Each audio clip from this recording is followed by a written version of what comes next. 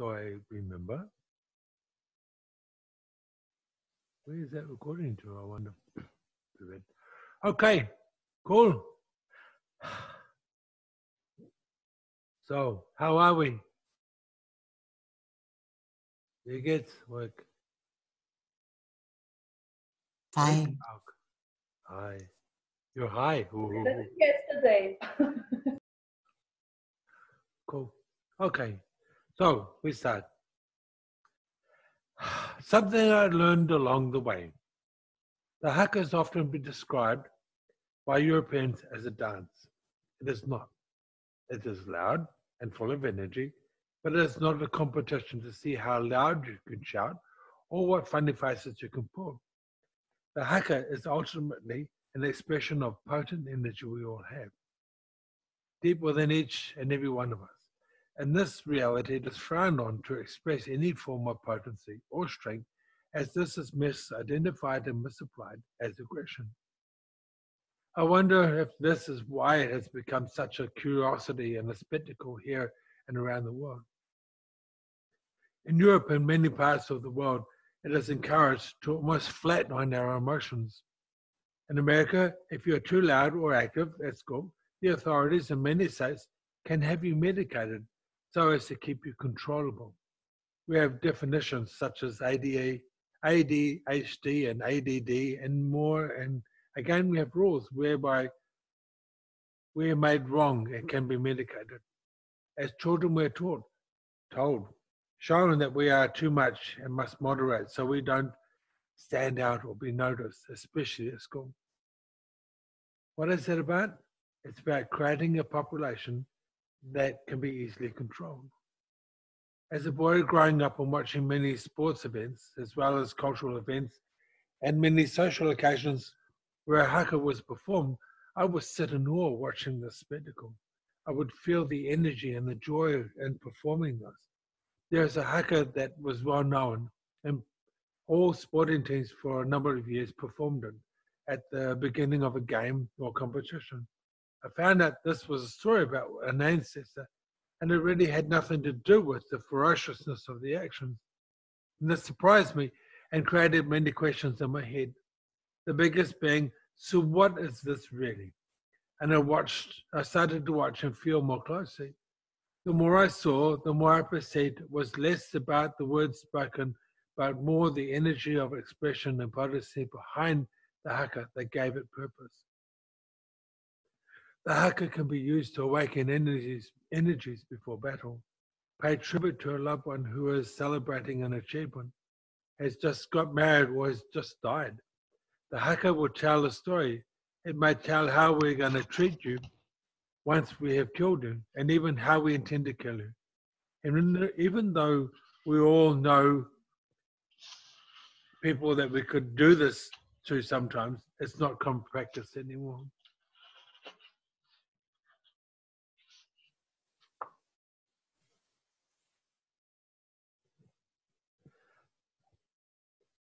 Right, back. Are you willing to explore and look at the potency you hide within you? Are you willing to stop looking outside of you for the things you have always known were possible, but could not find in this reality?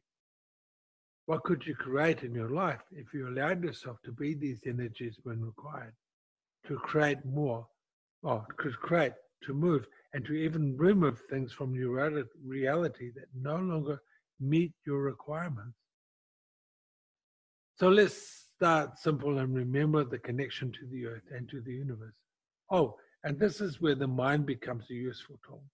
It's not the controller of your life and universe. It's a tool that can be harnessed to create beyond everything you know is possible and into the inconceivable. Albert Einstein, Stephen Hawking, Nikola Tesla, all used their minds to look at and observe questions they were asking of themselves. So open up your crown chakra. Open up the crown and base chakra. You do this with your mind, reaching out into the heavens and flow energy to you, through you into the earth. Now reach down into the earth and flow energy from the earth through you to the universe. This is gifting and receiving the energy in a two-way flow. and you are the link to both. Now, become conscious of this flow in your body, inviting the cells to also receive this flow and allow the energy to move with the breath. How do you become aware of in and around your body? What do you become? What do you become aware of in and around your body? Are you more aware of the sounds and the smells around you? Do you suddenly begin to feel you lose definition of where you begin, the edges of you? Do you start to perhaps perceive the infinite being you truly are? Now, invite the cells and the molecules of your body to expand their awareness out to meet you. What do you perceive now? Are there any intensities still getting your attention and focus in your body, or have they all also gotten less or disappeared altogether? If you still have awareness of an intensity, move your focus to something else, like a bird singing outside. Does the intensity change, get less or more? Interesting, isn't it? This is how I know if the pain in a body is real or awareness of others. Now, gently bring your focus back to the room and your physical self. Take a long, gentle breath in, relaxing. Breathe out. Has anything changed? Do you notice, perceive, or receive from your body or surroundings? Part of finding you, finding your potency and your inner strength, is acknowledging you are more than this body you have created. Yes, you created your body and continue to create it and uncreate it simply by the choices and conclusions you make every day. Your body is a reflection of your life, how you felt during it, your perceptions and judgments and conclusions you have made about yourself and what is possible and what is not. How many of you have been told you are too much, or that you need to tone it down, or don't let people see you?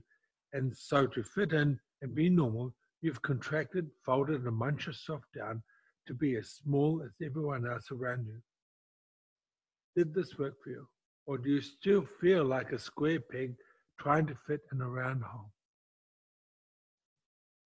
So, everywhere you've defined what's possible and what's impossible, define what you can show the world and this reality. Can you let go? Go ahead. Everywhere that you still judge you as wrong for what you know, it should be possible. If you were allowed to simply be you, can you now let go and choose to let you be you and show up in totality? Great. Remember in The Alchemist by Paulo Coelho, the king of Salem was talking to the young sheep herder about something called the personal legend. And the king says, at this point in their lives, everything is clear and everything is possible. They are not afraid to dream and to yearn for everything they would like to see happen to them in their lives. But as time passes, a mysterious force begins to convince them that it will be impossible for them to realize their personal legend. So what if we have simply bought into this reality, turned off the dreams as not possible, turned off the potency and knowing as not socially comfortable for others, and made ourselves wrong to make everyone else feel right and justified? Everywhere that you have chosen to make others more important and significant than yourself, can you now let go of that and choose to be the most important person in your life? Thank you. Everywhere that you make you and your awareness less significant than other people's thoughts, feelings, and emotions, can you now please change that? Let that choice go now and choose to be you regardless. Thank you. What if being the potent being you really are is not dangerous to the world? What if that is an implanted idea and it's just not true? I've had 3 people at different times sobbing on my table during their session as they tell me how they were single-handedly responsible for the destruction of Lemuria or Atlantis. that they have psychic memories of touching the crystal and seeing it explode and ultimately destroying the land they loved. And it is these memories that made them not want to be powerful in this lifetime. Interesting, as two claim to be the sole reason for the destruction that no one else was involved in for the same place. What if you being powerful and potent is only dangerous because you can't be controlled and kept small? So everywhere that you have bought that you should be happy with what you have and you are not supposed to ask for more, let that go. Choose to be greater today than you were yesterday so that your tomorrows can be even more. Excellent. Coming back to your judgments of you, do you realize that your judgments of you create your body?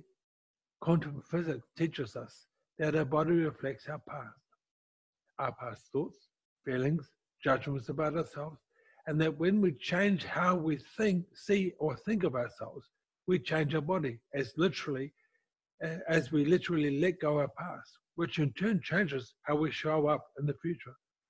So, I invite you now to let go of all your judgments and conclusions of what you are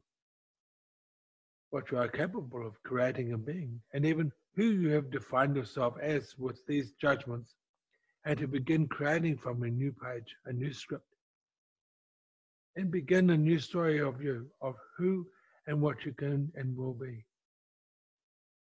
What's all this got to do with you and me and potency of being? As much or as little as you choose. Let's stay in the positive line of thought.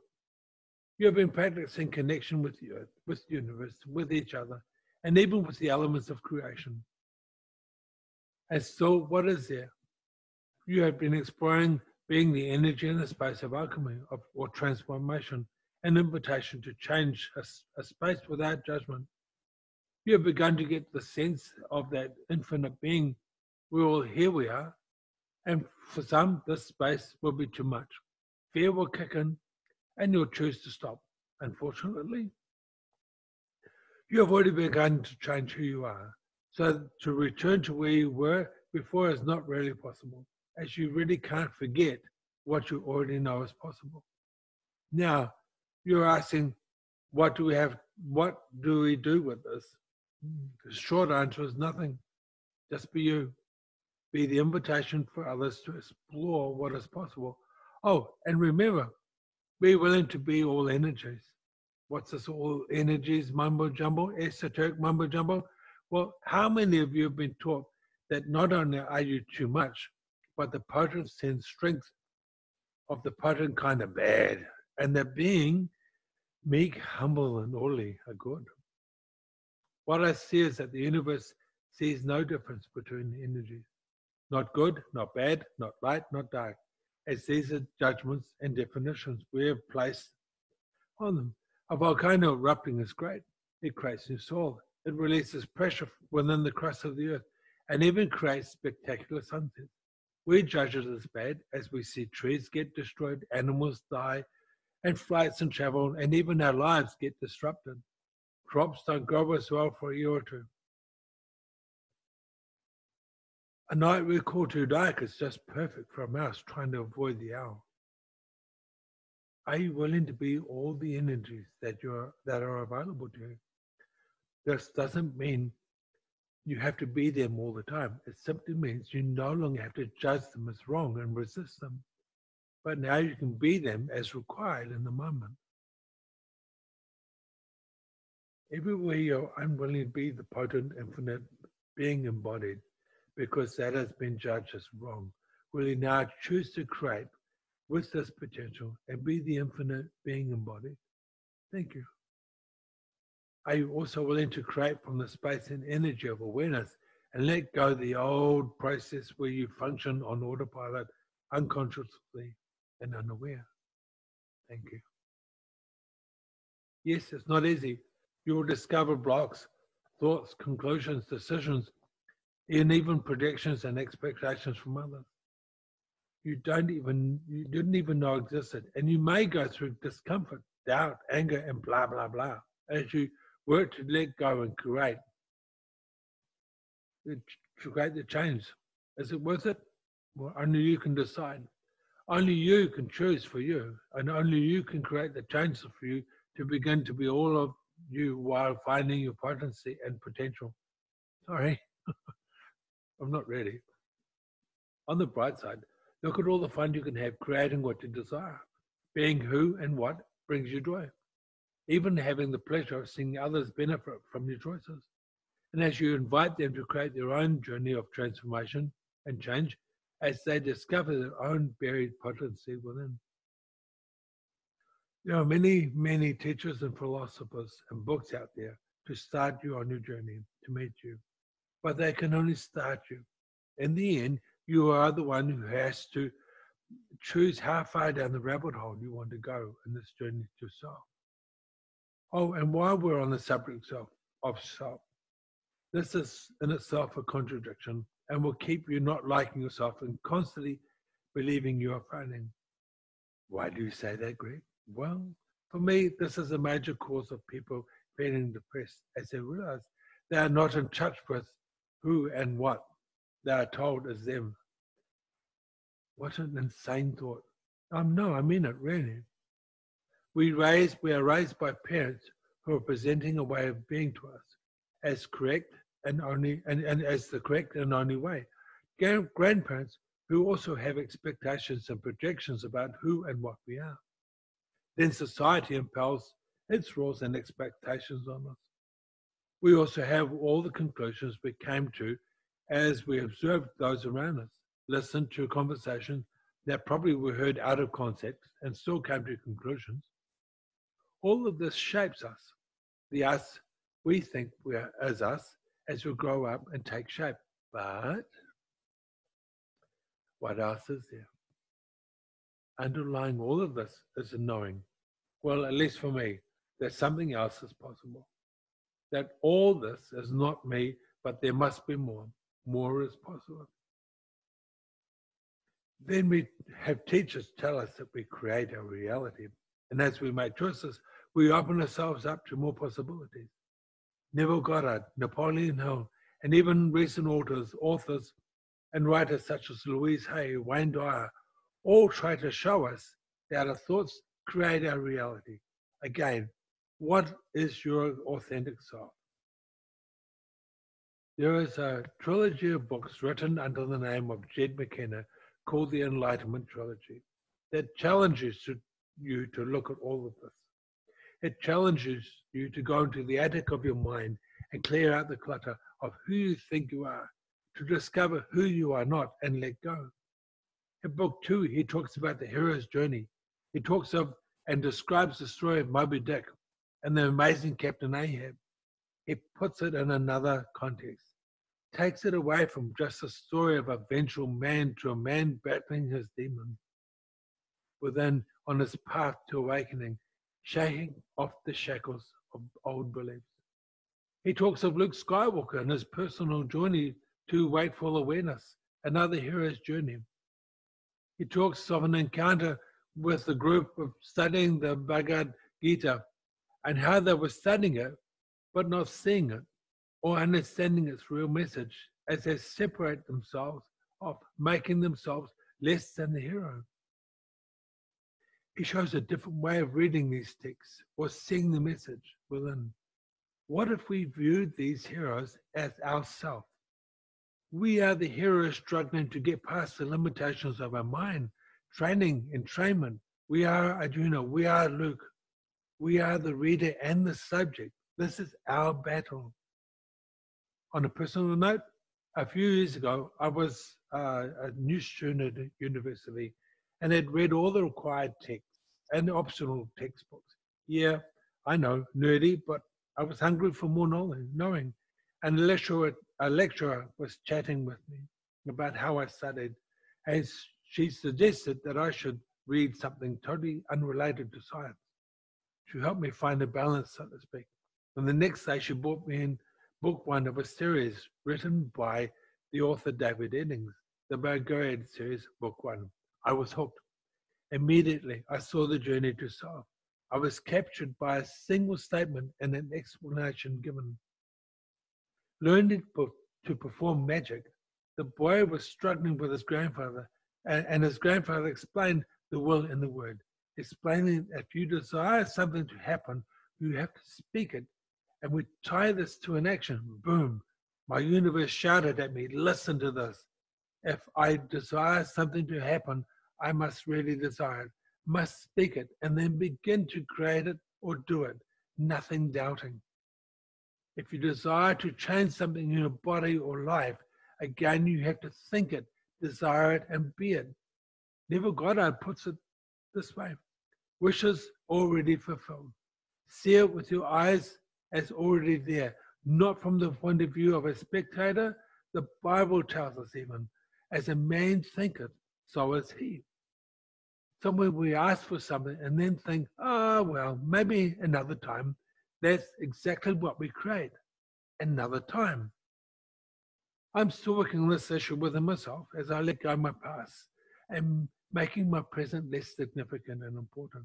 It sounds special, doesn't it? What if time was irrelevant and not real? Quantum physics peeps like Greg Braden teach us that we can change our past and our future by the choices we make now. Here's a little taste of what I mean. So get comfortable. Are you comfortable? Good. Now think about something that you're grateful for. Something that makes you smile every time you think of it. Something that makes your heart beat faster from the sheer joy and remembered pleasure. Now, in your mind, take yourself there to that moment in time and see yourself as though from the point of an onlooker, a spectator, feeling that joy, and flow that joy you feel to the you that you are watching. Does this change anything for you? It's okay if it doesn't. This crap is not for everyone. I just found it works for me. My point of view and my emotional memories are of a very difficult time have changed in ways that have surprised me. I have more ease with it all. The danger, the anger that was hidden inside is much less. I have more ease with me. Recently, I started visiting the little me outside the village I grew up in. The morning after our mother was beaten unconscious in front of us and was now missing, and no one, the adults, were talking. I used to visit him and feel his confusion, his anger, and even his inability to help his mother. Then I saw how this was making me more of this anger, so I decided to visit him with a different purpose and a different energy. I take myself there, standing beside him, and I feel all the joy and the gratitude I can for him. His strength for keeping on existing. I thank him for the life that I have now, and I radiate this gratitude to him. I let him know he makes it. I let him know his mother lives. I let that his father gets what he creates for himself. This has had a profound effect on me. And as I let go of the little boy lost and unwanted, little boy who is different, and the wrongness that all his past created. The people who follow Neville Goddard's work say that we can change the past and the present by doing a revision of the event. Take yourself back to the event and visualize a different outcome and feel the energy and the emotions of the different outcome. You see, it's the emotions we attach to the story that hold us there. And as our past is no longer real, it's in the past. We can look at it and create a different story and change how we feel about it. A strange thing happens as you really let go of the past. Your body and even your face changes. I guess what I've been attempting to tell you and show you is there is a choice. Sometimes it's only a choice about how we deal with something. Other times it's a choice about what we'd enjoy creating or how we look back at what we created. So much of this is my reality and doesn't mean you must embrace it or become healthy or to become healthy or creative. You don't have to do anything. It's more than okay. The last word. A few authors whom I respect and have enjoyed have said, When someone tells you that you must do this, and then this will happen, run, get out of there. And I agree with them. So you have this, and now you can choose what works, if anything works for you, and what you can throw away.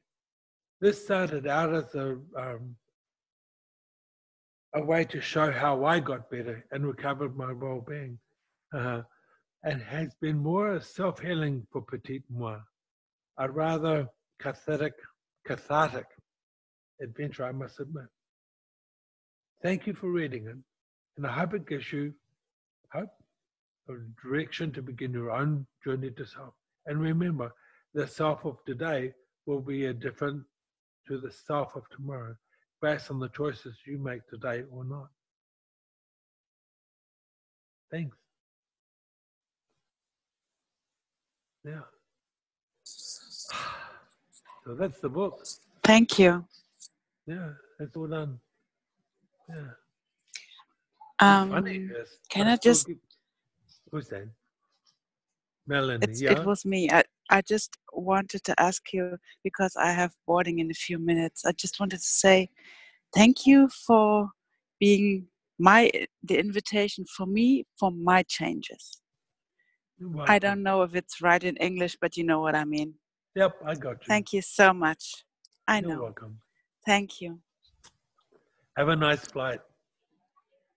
Thank you, I will. Cool. Any questions? Uh-oh. Chilla's reaching for her paper.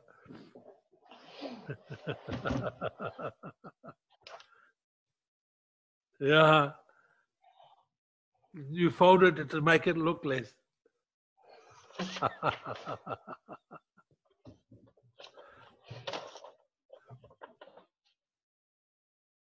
No questions, no thoughts, feelings, emotions? Cool. I can ask. Yeah. I can ask. One of my questions was whether you still remember your child dreams. How do you feel if you manage to make something come true? As you say, that is possible. Mm. Do you have anything that you can remember? I don't remember a lot of my childhood. Okay. This was the difficult thing for writing the book. That's why there's not a lot there. I used to envy my friends because they would talk about their childhood as though it was yesterday. And I had very few memories. But I do remember once a man asked me, what do you want to be? And I said, a fireman. I became a fireman. But you know, it's like I had dreams. I had dreams of getting back and finding my mum alive. I had dreams of telling my father he can go fuck himself, if you'll excuse the expression, you know. And I did all of those things, you know. I dreamed of being this giant person that could smash anybody that ever threatened me again. And now I don't care, you know. People threaten me and I laugh my ass off. So, dreams and aspirations. I've been creating more dreams. The one dream that I'm still living and is still creating was that ever since I can remember, I always knew that I would be teaching people. That never changed. Yes, you said that. And the other one, you know, like when I had my strokes, I never stopped seeing myself walking. I never stopped seeing myself being normal, whatever normal is, you know. So, yeah, and what happens, we sometimes let go dreams because they're no longer relevant, but many people stop creating new dreams. We had a lady in the swap who said, well, she's achieved the dream, now she has nothing. It's like, well, start creating some new ones. And it's like, it never occurred to her that she could actually create something new. Why not? She goes to sleep every day and dreams. Yeah, but you know, I mean, most of my dreams are waking dreams. I see them while my eyes are open. The ones I have So at do you night, I don't create new talk dreams? about. Okay. But even then, I Thank still, you. yeah, you're welcome. And I wrote again whether you find your personal legend and why do you get up every morning? Because of my personal legend. I'm living my personal legend.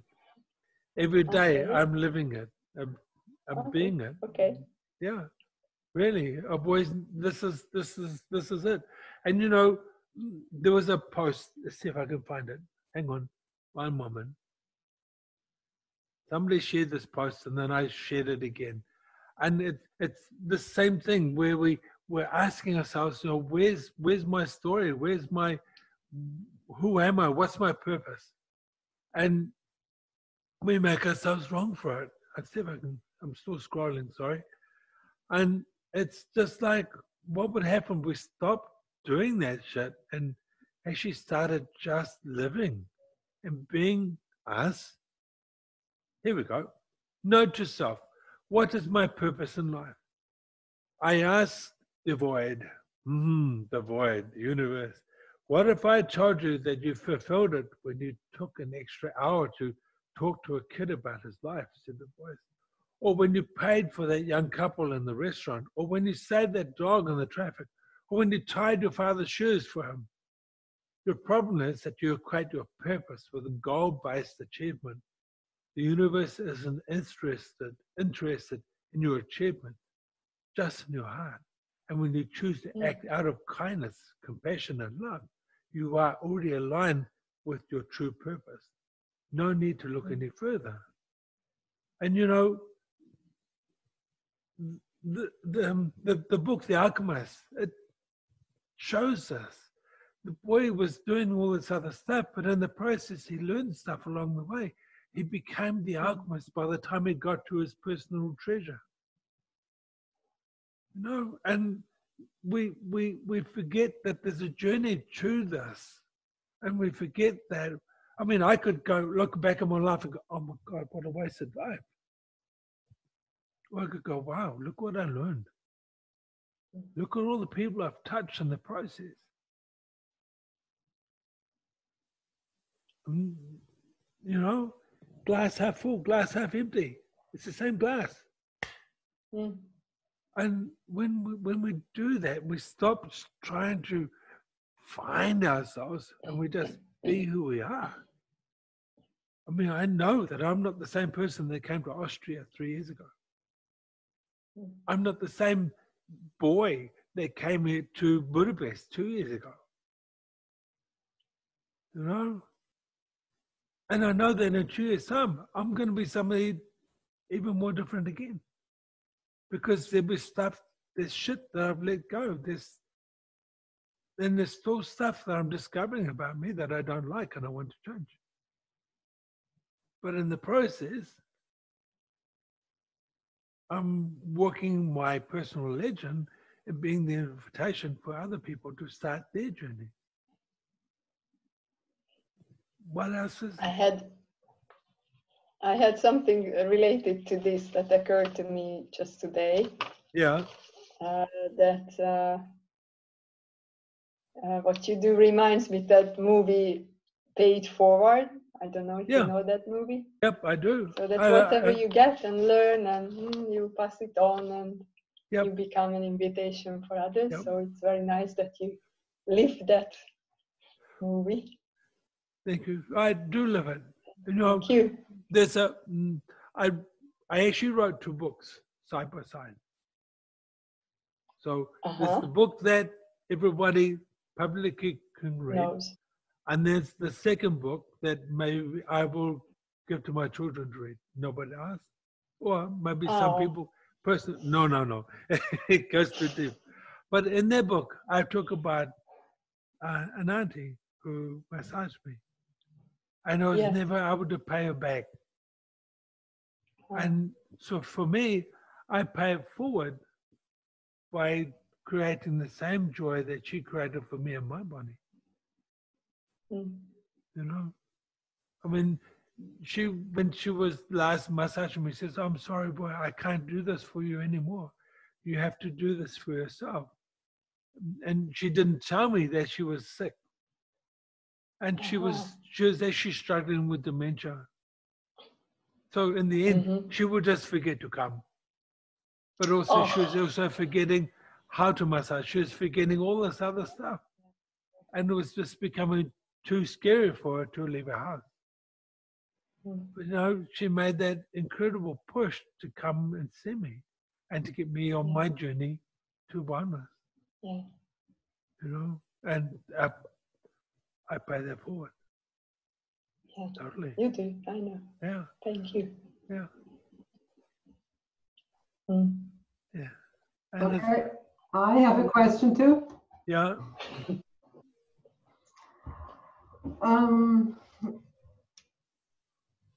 You always talk about letting go, and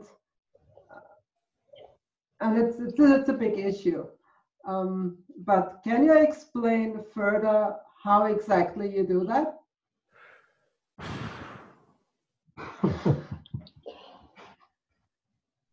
Good question, Ernst. It starts with recognizing a pattern. It starts with recognizing that the emotion that I'm feeling right now isn't from now, it's from my past. And then when I start to realize this and see it, I go, this doesn't work for me. This is not real. And I let go. And I breathe. And sometimes, like even when Gab and I have a discussion and this energy comes up, I say, I have to stop, I have to walk away and let this shit go. It doesn't belong here. And then I come back when I'm calm again.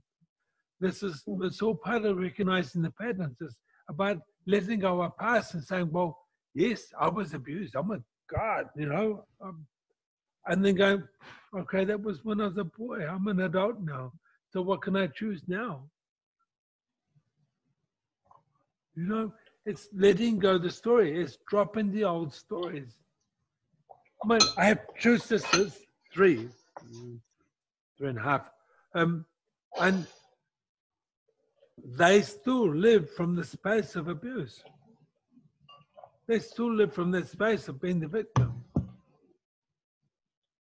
And it's okay. But then, you know, they keep them stuck in the past. One sister, she's so stuck in the past that she's still fighting battles from 200 years ago from my ancestors.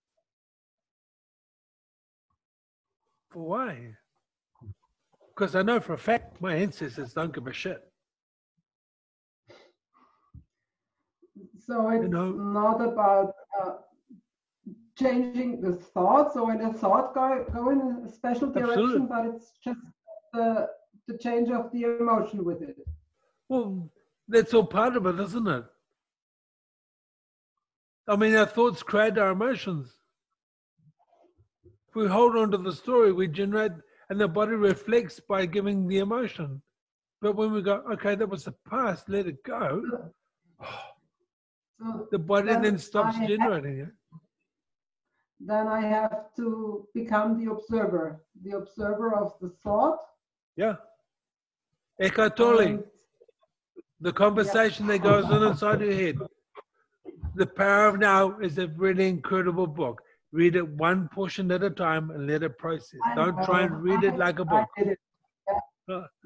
Okay, well, I did it 3 or 4 times. And it still shocks me every time I read it. And it's like, but this is the thing, is that when we start to observe the conversation that's going on inside our head, we realize that it's not us. It's just a program that is widened that we can now delete or change. It's like, do I want to listen to FM OE3 or do I want to listen to classics? Well, OE3 pisses me off because they play all sorts of shit music. I'll listen to classic today.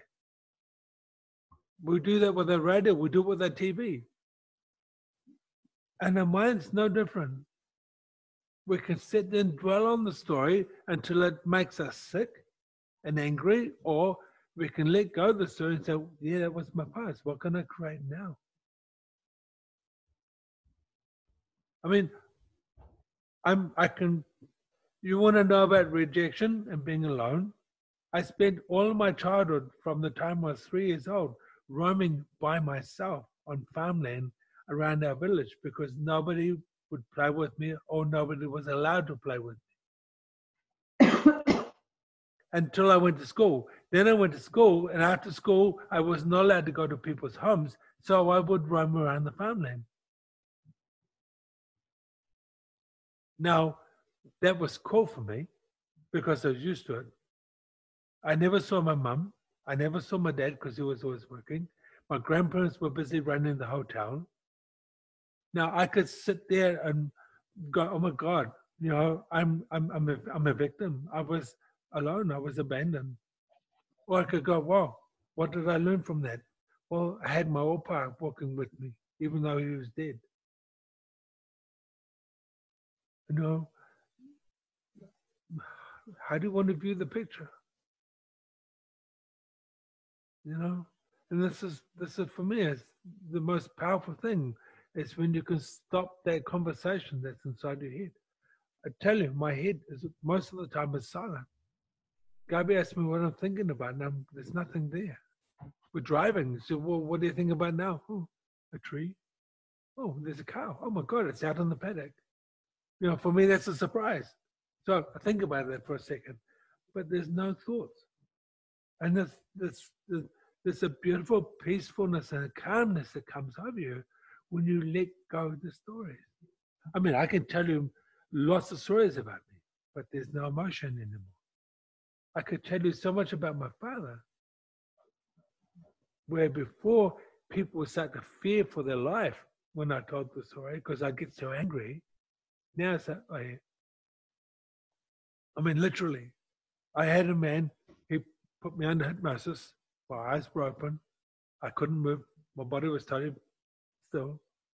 And he says, "So if I was your father right now and I walked into the room, what would you do to me?" And he stopped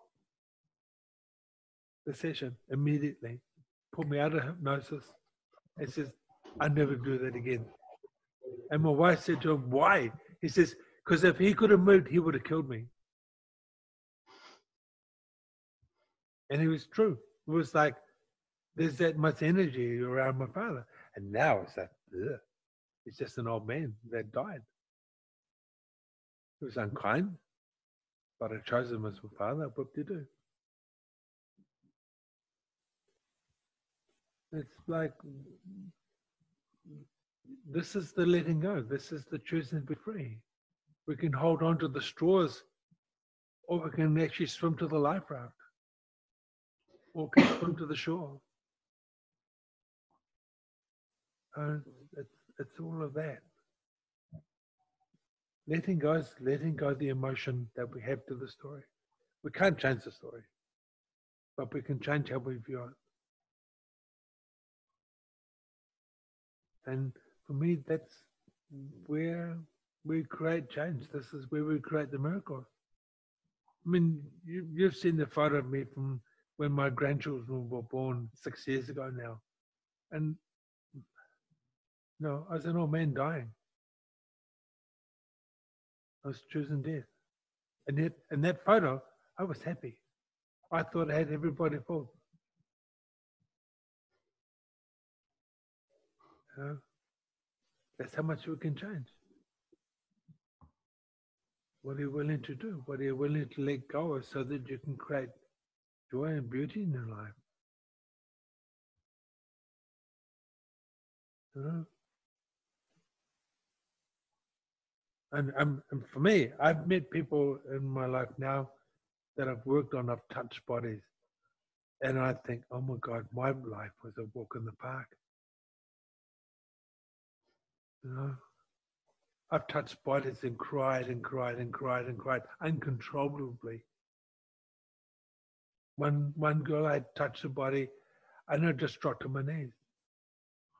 I said, "Why are you here? Why have you asked me to work on your body with what men have done to you?" She said, I don't know, Greg, but my body wants you to work with me. Well, when she got off the table an hour later, she let go so much crap and emotion around her stories in her life. She walked taller. She walked with a freedom and a joy that is still, I see photos of her on Facebook. And her and her husband is so joyful. And she just shines. You know, it's like, what do you want? What do you want to be? I mean, for me, I have no point of view. I let people choose for themselves. I used to try and make everybody choose. Come on, you got to do this. And it's like, doesn't matter.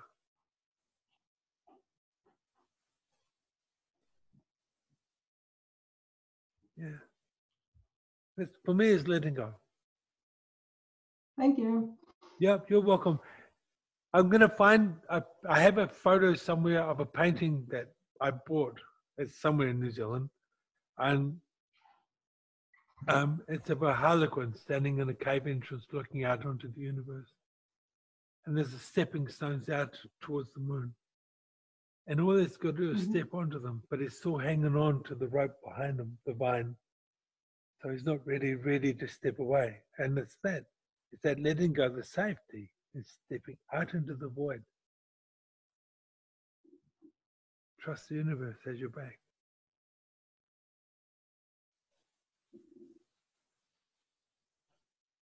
It's all of that.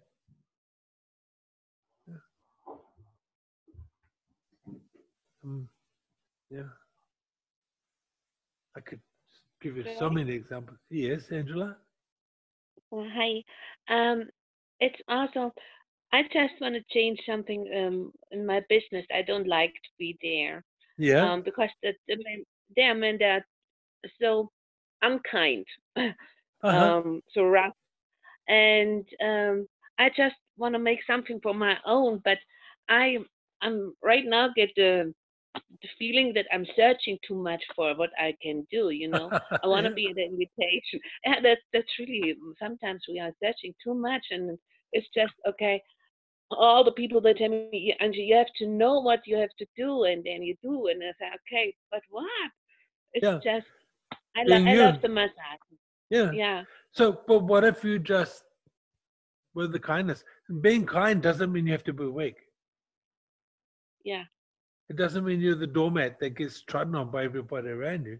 You can still say, do that again, asshole. I'll shove your cock down the throat, you know, blah, blah, blah. Be mean.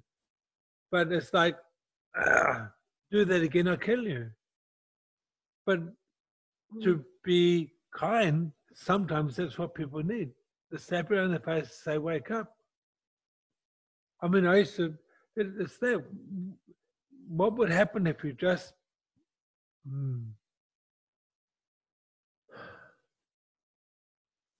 what would happen if you just be kind to you?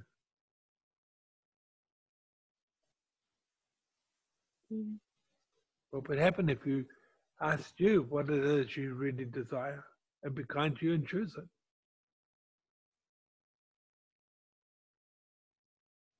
What would they create for you? Feel it. Your body's already starting to bubble. Feel the joy of being you, choosing for you from the space of creation of joy in your life. And then ask, so what is possible now? Yeah. I think I'm sometimes too much unsure, you know? Yeah, yeah.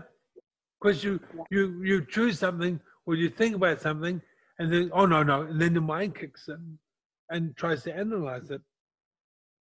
But what would happen if we went with that first? Analyze it. Yeah. So underanalyze and just go with what the mind tells you the first time. After that, don't worry about it. Just do it. I mean, when Gabi first invited me to come to Vienna, if she'd asked me that 2 years before, a year before, when I was there in Costa Rica, I would have said, no, can't afford it, can't do it, not possible. Now, when I met her and she invited me, I still had no money, but I said, yeah, sure. What changed? my point of view and my willingness to create for me and my joy, rather than living from fear and the base story of my past. Mm. Okay. Ask for the joy. I will do. Cool. Yeah. Thank you. You're welcome. Miss Chilla, you look like you have one more question. No? I am still thinking about letting. Yeah. Still thinking about letting go and what is necessary to let go. So, is it necessary to be an observer of what you want to let go, or is it possible to let go without knowing what? Yeah, absolutely. I mean, there's so many times we've seen people, I've worked with people, they have no idea what the story is. They just know that something's not working for them, and they let go the energy of it, the emotion of it, without the story. And it just creates so much ease in their body. And it's, yeah, again, being the observer, but not of the stories, but of how we feel. Of emotions. Mm-hmm. And it's like, okay, what is that? Ooh, that doesn't work for me. There's something there that's holding me back. Okay, whatever that is, I let it go. I'm choosing this. You know, fear is the biggest one. Fear is not real, but we feel the fear. We feel this. What is it? Oh, it's a fear. Or am I actually excited about this? We're taught it's fear, but okay, I let it go. I'm going to try this, or not. And it's being the observers, just an amazing space to be in. To just look at why we choose or why we don't choose something. I mean, it doesn't mean you have to let go of everything and you have to change it, only if it's not working for you. You know? If it's not working for you, why do you hold on to it? If it's working for you, keep it. You know? I had my son, I gave him my car, my big 4x4. And it was like, he messaged me, said, oh, it needs fixing, Dad. So cool, here's the money. No, it's not worth fixing. Okay, sell it. You don't mind? I says, I don't care. It's just something. And so he used it to buy himself a better car, and he's so happy. But it's the same thing with our lives. We hold on to things that are just things or spaces that don't work for us anymore. And, you know, people stay stuck in the same village their grandparents were born in, and when all their lives they're actually wishing they could create something different somewhere else, but they can't let go the ties to all of this. Like, what works for us? Does that help? Does it make any sense? Cool. You know, the hardest thing for me to let go of was the significance around family. Especially being a Maori, because it's such an ingrained thing. Hello. I have another question. Oh, here we go. And it's not actually concerning the book, but something you again did yesterday during the swap, asking a lady from the Zoom when she decided to die. Yeah. And so this is something you often do, because you said you know when to put this question, when to ask this question. Yeah. You ask this, and when a person was not, you ask it to find out if this person is aware of that this has happened. Sometimes I ask it just to wake them up. Sometimes I ask it because they know and they're still wanting to die, but then they're telling the world they want to live and to get well and to change something, but under it all, there's this, I want to die, nothing's going to work. And for her, there was a sadness in her whole being. She just didn't want to be here. And for me, I know that space. I know that energy intimately. It's like Eve's in Paris. As soon as he gave me a hug, I knew. The first time he touched me. And when he touched me and hugged me, I found somebody just like me. It's an energy you just recognize. And sometimes there are people that I've touched that I won't ask that question of. Simply because, yeah, it's just not appropriate, so to speak. But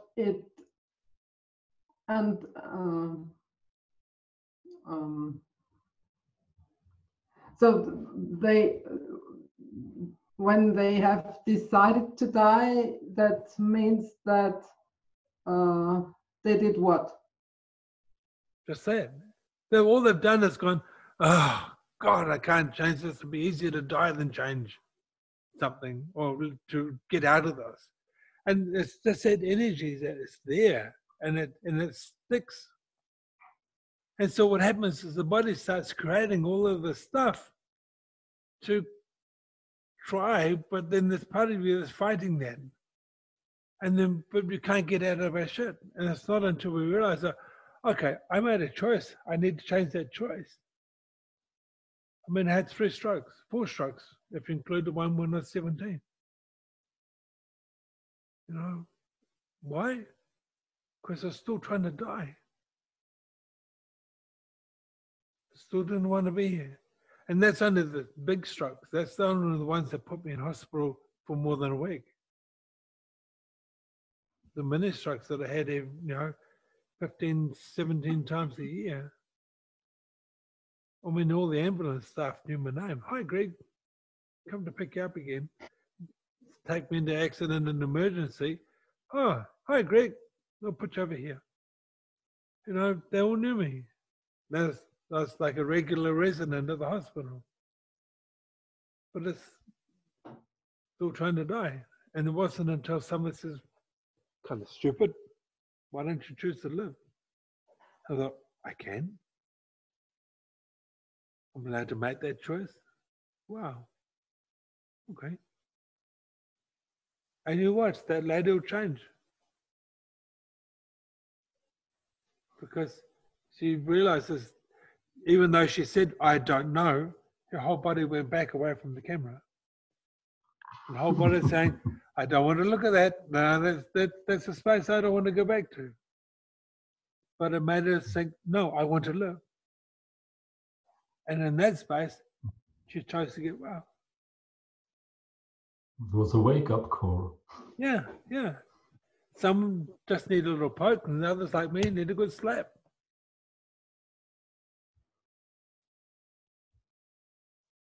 And others, like me, need to go visit the universe and be told, sort it out, boy. Get back there. You know? And it is actually proven that a lot of people have small or mini strokes that never have been recognized. Just like, whoops, what was that? And they go on. And years later, they got told, oh, you had a stroke long before.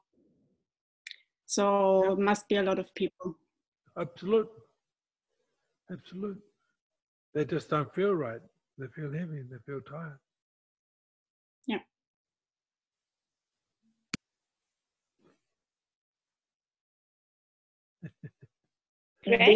Do you hear me now? Yeah. Sorry. Angela, you wanted to ask something? Yeah, but okay. Go on. Thanks. You're great. Thank you.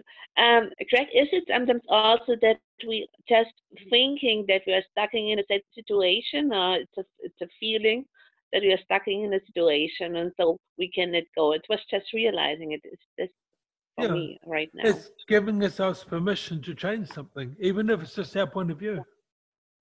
You know, working with unkind people. Okay, we can see them as unkind, or we can see them struggling with their own shit. Yeah. And suddenly we can be kind to them regardless. Because most unkind people are struggling with their own demons. Mm-hmm. Yeah. Also with myself, you know, because I'm thinking just, I don't know. Maybe I'm just, it's really, I don't know what to do. What shall I do? Yeah. And also the fear, I don't want to copy someone. I don't want to hurt someone. And all this stuff inside me.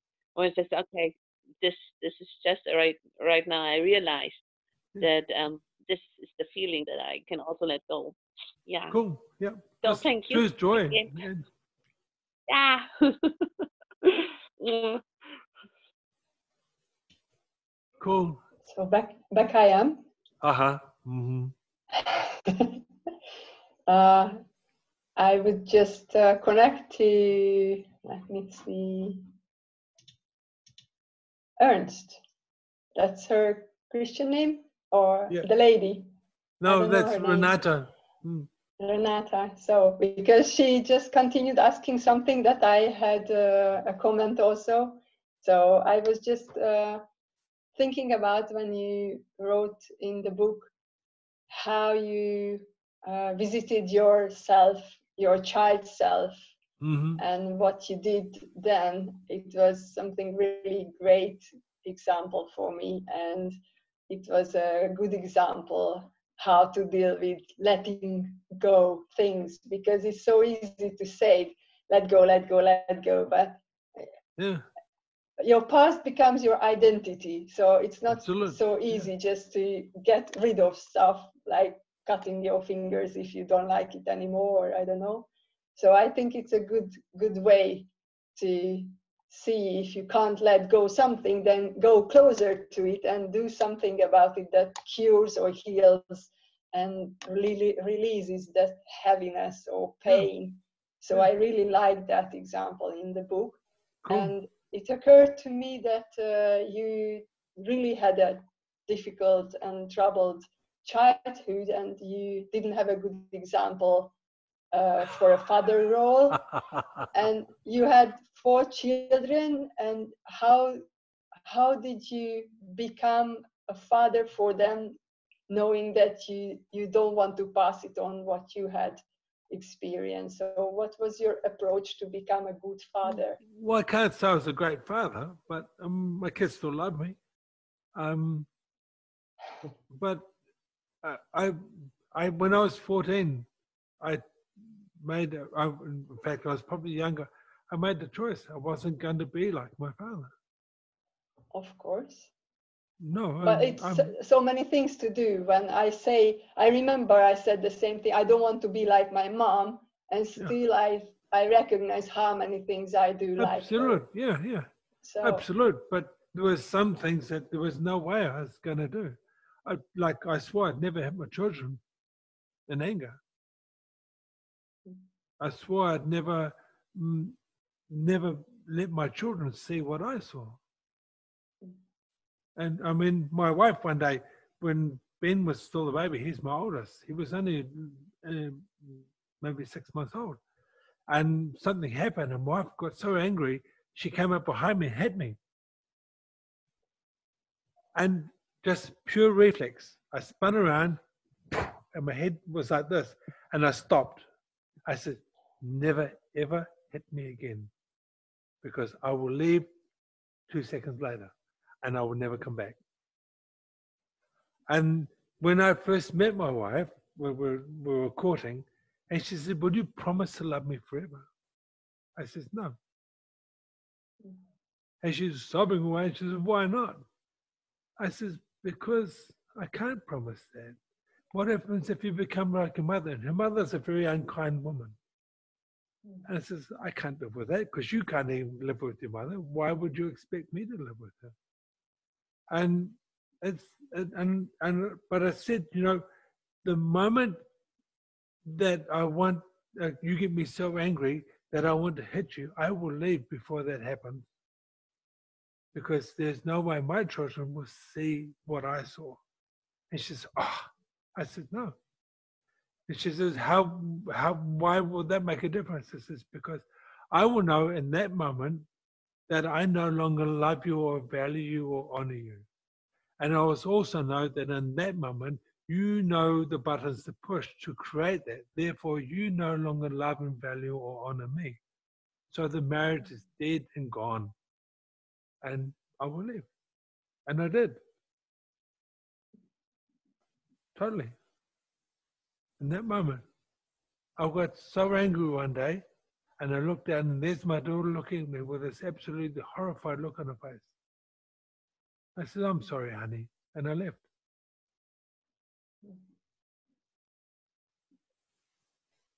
I don't want that. This is about choices. And I was making some weird choices back then that just drove people crazy. But it was like, these were things that were so set for me. There's no way. You know? I mean, I can get really angry. But whoever I'm with is totally safe because I won't hurt anyone. End of story. But it's making those choices. And we're willing to make the choices to create change.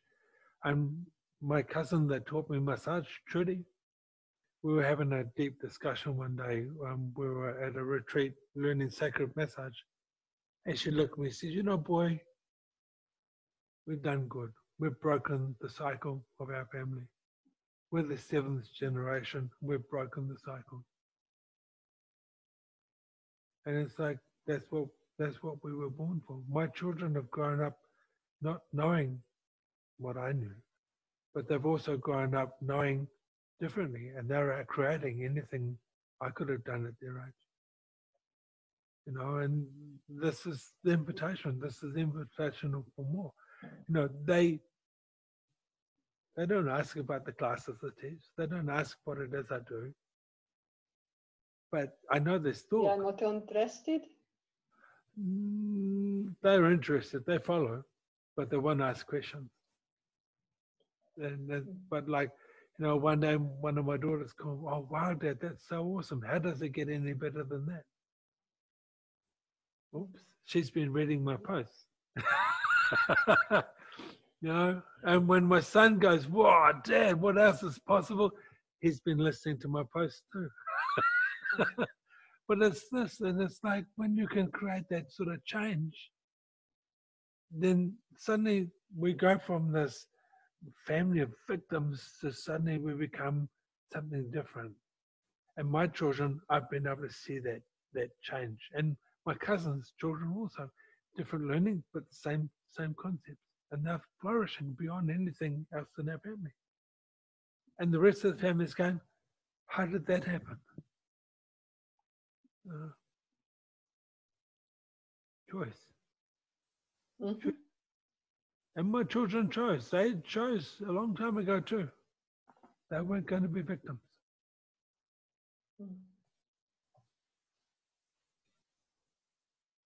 And when you think about it, my oldest son, Michael, was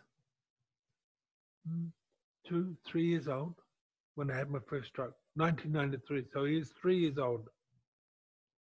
Okay? And they would go to kindergarten or to school, not knowing that their father was going to be alive when they got home. You know, that for a lot of kids would give them excuses to do all sorts of crap. Well, what do? They thrived. We teach them to choose. We be that invitation to it. And it has a ripple effect.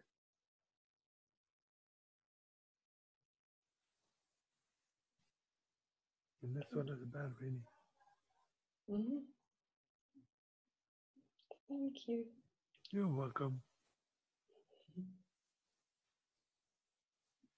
So yeah. So I hope the book has helped It's been a bit of fun for you to read. It's a really simple read, really, when you think about it. But I've read it to you all in 3 hours. And so, yeah. But yeah, it's just a signpost. It's not anything else. It's just, and no matter what modality you study, they're just tools. And from there, you need to start your own journey.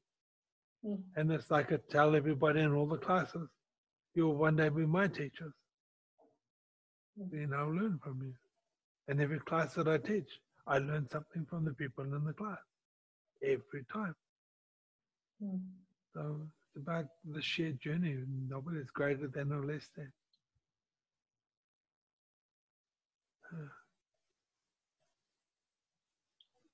Cool. So Time for you to have your dinner. it is. It's time to cook. I think we have To pasta cook. tonight. We had pork 3 nights in a row. Whoa, I'm over pork for a while. So it was really nice. I did a really big pork roast. Gabby was shocked at how big this piece was. We had roast pork one night, then I turned it into pulled pork wraps for 2 nights. Wow. But we had salad with it, so that's good. Great. Yes. I like vegetarian. I eat vegetarians. They're fun. So you had some salad and a bit of pork, okay. Yeah. Cool. So have a wonderful night, everybody. And I'm really grateful for you coming on the call. I'll put the recording up. Cool. So, Thank you, Greg. yeah, Have a thank nice you. evening. Thank you, Julie, for your questions. See you, Mickey. See you, Angela. My pleasure. See you, Claudia.